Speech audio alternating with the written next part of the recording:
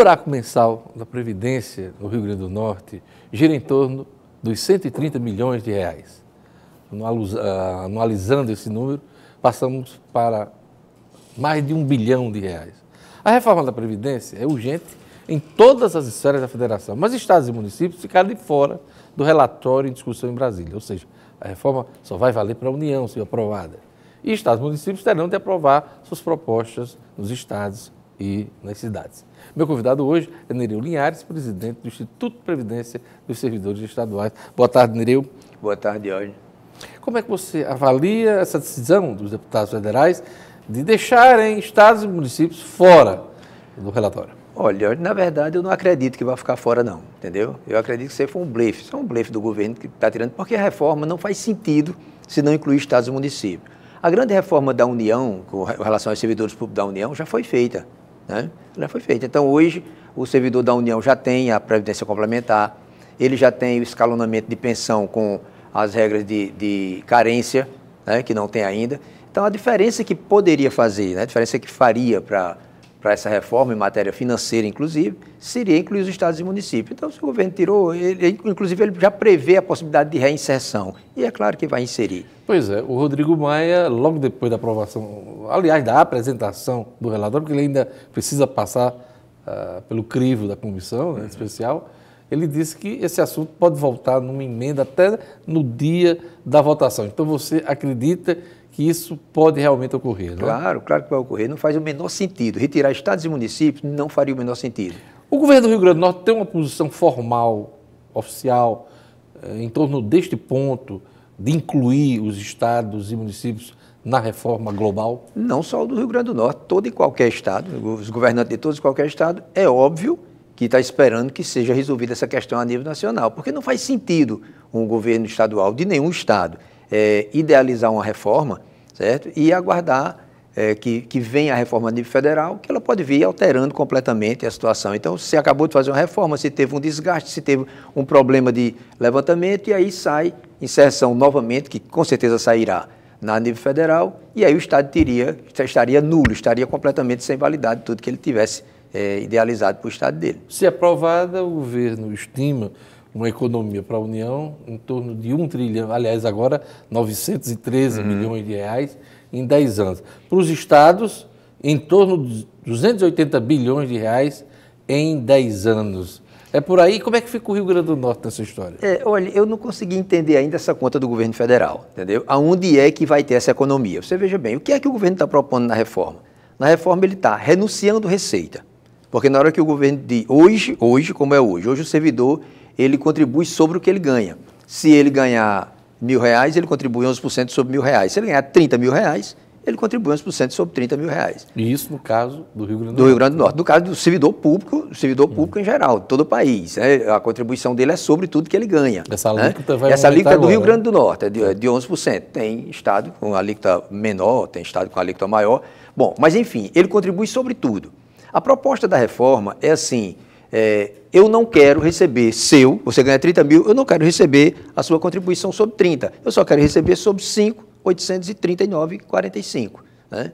Então, eu não vejo como é que isso deixa de entrar dinheiro, deixa de entrar recurso para os fundos de aposentadoria que já estão deficitários. Então, de onde é que vem essa economia? Que economia é essa? Essa economia seria para o futuro? No futuro, em quanto tempo? Em 30 anos? Né? E essa transição, quem paga? Quanto isso vai custar? Então, eu estou pagando para ver essa economia que o governo está dizendo. Na proposta do governo federal e valendo para o servidor da União, o aumento de alíquota pode chegar a 22%, né, de modo progressivo. No caso do INSS, pode chegar a 14%. E há uma expectativa de que ocorra um aumento de alíquota para os servidores aqui do Estado.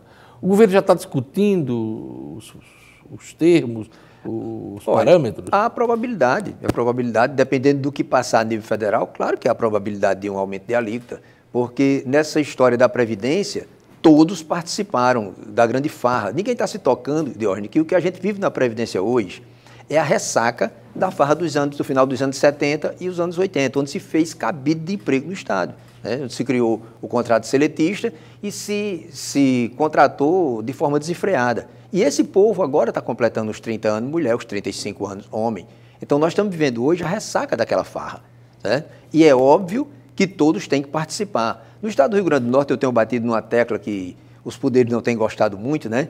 Que é a possibilidade de cada um assumir o seu pessoal de aposentadoria. Olha, eu lembro que o senhor assumiu a presidência do IPERN esse ano, levantando essa hipótese. Exatamente. E isso não é uma bandeira de Nereu. Isso é o que está escrito na lei. A lei que criou a Previdência no estado do Rio Grande do Norte, na época da criação, ela já dizia que a aposentadoria seria custeada pelos poderes e órgãos a que estivesse vinculado o servidor. E por que não é assim, Nereu? Explica para o nosso telespectador. Pois é, eu nunca consegui entender por que o Poder Executivo assumiu isso, né? Porque isso é texto de lei, isso não é tese jurídica, isso é texto de lei. Né? A lei 2728, que foi a lei de criação, o artigo 1º da lei já dizia que o IPERN estava sendo criado para custear aposentadoria, auxílio natalidade, pensão, auxílio natalidade, auxílio funeral e auxílio reclusão. Não estava aí a aposentadoria.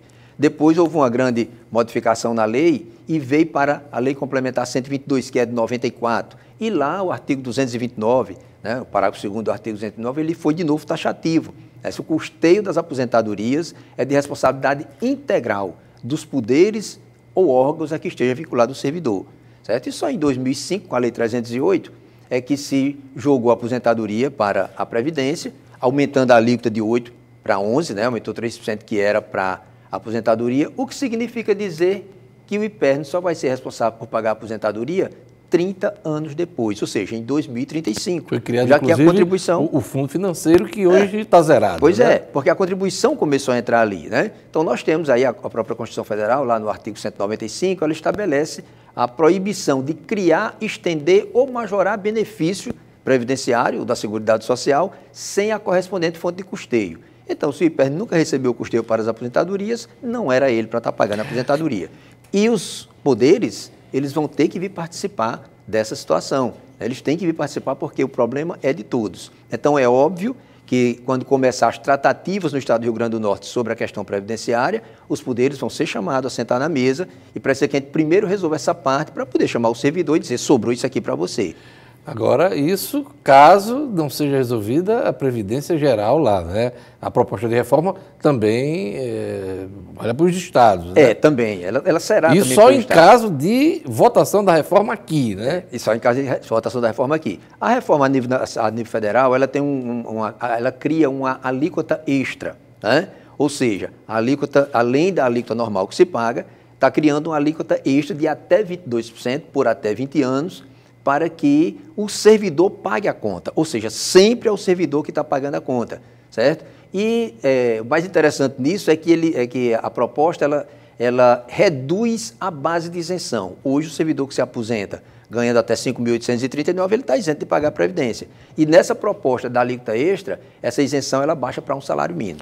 O FUNFI, né, Fundo Financeiro da Previdência, foi zerado pelos governos anteriores, aliás, principalmente pelo governo anterior, e eu lhe pergunto, é uma pergunta recorrente, esse dinheiro volta? Não, esse dinheiro não volta. Nunca teve nenhuma previsão legal do retorno dele. Né? Em primeiro lugar, não tem previsão declaração legal. Do governador passado. Teve declaração, mas antes não tem. de terminar meu mandato, eu devolvo tudo. Não, nunca teve uma previsão legal para isso, nunca teve, do retorno desse dinheiro. Segundo, o fundo que foi, sacado foi o fundo previdenciário que foi extinto, né? Então não tem mais para onde voltar. E mesmo que tivesse essas previsões, o volume de recursos é muito grande. Você imagina que em 2014, quando foi feita a modificação para se utilizar o recurso... O dinheiro estava lá, dando sopa... Era 1 bi, lá era R$1 bilhão. 1 bilhão de lá reais. Era 1 bi. E entrava nesse recurso lá, entrava mensalmente cerca de 17 milhões. Então, se você calcular 1 bi que tinha lá, se você for calcular hoje todo o rendimento desse dinheiro, e mais 17 milhões que entrava todo mês, quantos bi não já teria? Como é que o Estado vai ter condição? E hoje não entra nada, até porque um balaio só e o buraco fiscal é de 130 milhões de reais e está aumentando. Com previsão, né? de aumentar. O Estado, hoje, o Estado do Rio Grande do Norte, ele já tem mais servidor inativo do que servidor ativo. Já superou a quantidade de inativos, já superou a quantidade de ativos. Tem muita gente correndo antes dessa reforma ser votada lá em Brasília, sim. né? Sim. A reforma... Dá para sentir isso? Dá para sentir isso no Brasil todo, no país todo, né? Então, o servidor, ele diante da incerteza, ele corre para se aposentar. Servidor que podia estar trabalhando, ganhando o abono de permanência dele e pagando a Previdência, né? Isso sem contar que nos 2 governos passados houve uma prioridade de contratação de terceirizados. O terceirizado ele não contribui para a Previdência Estadual. Nereu, hoje de manhã o secretário de Planejamento, Aldemir Freire, comentou esse movimento dos policiais militares e bombeiros, por aumento, claro, é justo, não vamos entrar nesse mérito, mas a expectativa da categoria de ter reposição salarial, e ele foi bem claro, que se for dar esse aumento, o Estado quebra de vez, já está quebrado e quebraria muito mais. Do ponto de vista previdenciário, o que é que o senhor tem a dizer? A questão remuneratória, qualquer modificação que tenha dela, para a Previdência é um baque, né? É uma pancada grande, porque hoje a maioria dos servidores aposentados e pensionistas no Estado do Rio Grande do Norte são aqueles que têm direito à paridade, ou seja, tudo que vier para a categoria na ativa vem para esses aposentados e pensionistas também. Então, é óbvio que a repercussão financeira disso para a Previdência é terrível. Deixa eu terminar essa entrevista um pouco do ponto que eu comecei. Caso os estados e municípios fiquem de fora, o governo já tem uma proposta base para começar a discutir com a Assembleia Legislativa ou vai esperar o que vai ser aprovado em Brasília? O governo espera que vai ser aprovado porque qualquer atitude que for ser tomada no Estado do Rio Grande do Norte, já disse a governadora Fátima Bezerra, ela será objeto de discussão com os principais interessados, que são as categorias, que são os servidores, coisa que nunca se fez nesse Estado. E o que mais interessa nisso tudo que está sendo discutido em Brasília? O que mais interessa é a questão da desconstitucionalização, né? O que mais preocupa, né? Mais preocupa a questão da desconstitucionalização. Já foi... E essa história do aumento de alíquota. Isso é complicado. É isso que vocês vão se debruçar aqui. Exatamente. Estado, né? Eu queria agradecer a presença de Nereu Linhares, presidente do IPET, Instituto de Previdência e Servidores do Estado, aqui no RN Acontece. Obrigado. Nós é que agradecer, amigo. É isso aí.